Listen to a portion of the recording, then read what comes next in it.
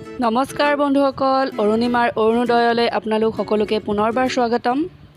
আজি আপোনালোকৰ ওচৰলৈ লৈ আহিছোঁ একেবাৰে ঘৰুৱাভাৱে বনাব পৰা চিকেন পোলাও ৰেচিপি।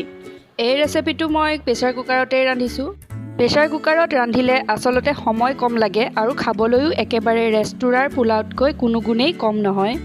এই ৰেচিপিটো ভাল লাগিলে আপোনালোকেও ঘৰতে বনাই চাব আৰু ভাল লাগিলে মোক কমেণ্ট কৰি জনাব। তেন্তে আহক এই ৰেচিপিটো বনাবলৈ আগবাঢ়োঁ।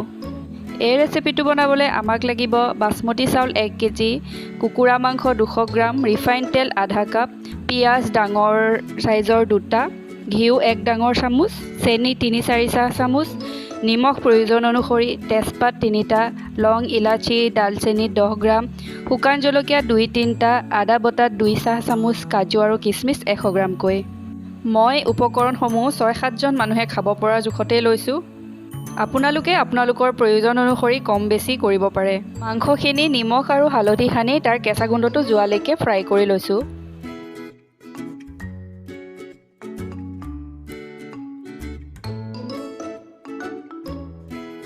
চাউলখিনি ভালদৰে ধুই লগে লগে টুকি থৈ দিছোঁ।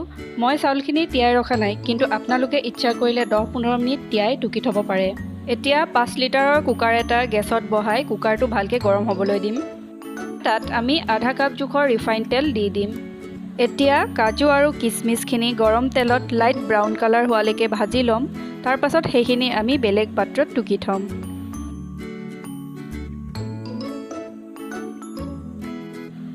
কাজু আৰু কিচমিচখিনি টুকি লোৱাৰ পাছত সেই একেখিনি তেলতে আমি 2টা শুকান জলকীয়া দি দিম, 3 খিলা তেজপাত দি দিম, একেলগ কৰি থোৱা লং ইলাচি ডালচেনিখিনিও তেলত দি দিম।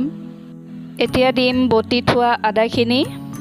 এতিয়া কাটি থোৱা পিঁয়াজখিনিও দি দিম। আদা আৰু পিঁয়াজৰ কেঁচা গোন্ধ মাৰ নোযোৱালৈকে সেইখিনি আমি লাইট ব্ৰাউন কালাৰ হোৱালৈকে ভাজি ল'ম। ভালদৰে ভজাৰ পাছত মছলাখিনিৰ পৰা এটা ধুনীয়া সুগন্ধ ওলাব আৰু তেতিয়াই আমি চেনিখিনি ঢালি দিম। চেনি দিলে পোলাওৰ সোৱাদ মিঠা হোৱাৰ লগতে পোলাওখিনিৰ ৰংটো খুব ধুনীয়া হয় আৰু তাৰ কাৰণে চেনিখিনি গলি নোযোৱালৈকে ভালদৰে ভাজি ল'ব লাগিব। আপোনালোকে যদি পোলাওত মিঠা অলপ বেছি হ'লে ভাল পায়, তেন্তে চেনিৰ পৰিমাণ অলপ বেছি কৰি দিব। এতিয়া আমি ভাজি থোৱা মাংসখিনি দি অলপ লৰাই ল'ম। তাৰ পাছত আমি টুকি থোৱা চাউলখিনি দি দিম।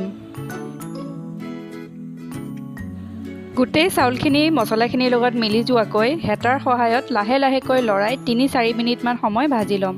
যদি আপোনালোকে চাউলখিনি 10-15 মিনিট আগতীয়াকৈ তিয়াই টুকি থয়, তেন্তে চাউলখিনি বেছি সময় ভাজিব নালাগে। মই যিহেতুকে আগতীয়াকৈ চাউলখিনি তিয়াই থোৱা নাই, সেয়েহে অকণমান সময় ভাজি লৈছোঁ। এতিয়া ভাজি থোৱা কাজু কিচমিচখিনি চাউলখিনিৰ লগত ভালদৰে মিহলাই ল'ম। গোটেইখিনি উপকৰণ ভালদৰে ভাজি লোৱাৰ পাছত চাউলখিনিত আমি 1 লিটাৰ পানী যোগ কৰিম। পানীখিনি দিওঁতে লক্ষ্য ৰাখিব যাতে চাউলখিনিৰ পৰা পানীখিনি 1 আঙুলমান ওপৰত থাকে। পানীখিনি দিয়াৰ পাছত ভালদৰে আমি চাউলখিনি এবাৰ লৰাই লৈছোঁ।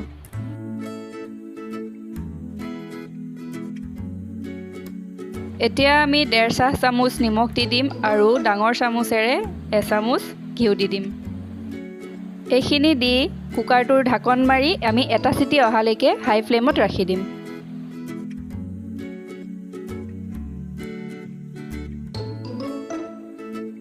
এটা চিটি অহাৰ পাছত কুকাৰটো ঠাণ্ডা হোৱাত ঢাকনখন খুলি দেখুৱাইছোঁ। এয়া চাওক, পোলাওখিনি কিমান ধুনীয়া জৰ্জৰীয়া হৈছে। একেবাৰে ৰেষ্টুৰাৰ দৰে লগা নাইনে? খাবলৈও কিন্তু খুব ধুনীয়া হৈছে, একেবাৰে ৰেষ্টুৰাৰ দৰেই সোৱাদ হৈছে।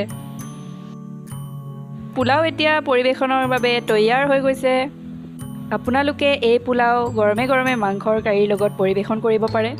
ৰেচিপিটো যদি ভাল লাগিলে তেতিয়াহ'লে লাইক কৰিব, শ্বেয়াৰ কৰিব, ছাবস্ক্ৰাইব কৰিব আৰু কাষতে থকা বেল আইকনটো দবাই দিব। ভিডিঅ'টি শেষলৈকে চোৱাৰ বাবে ধন্যবাদ।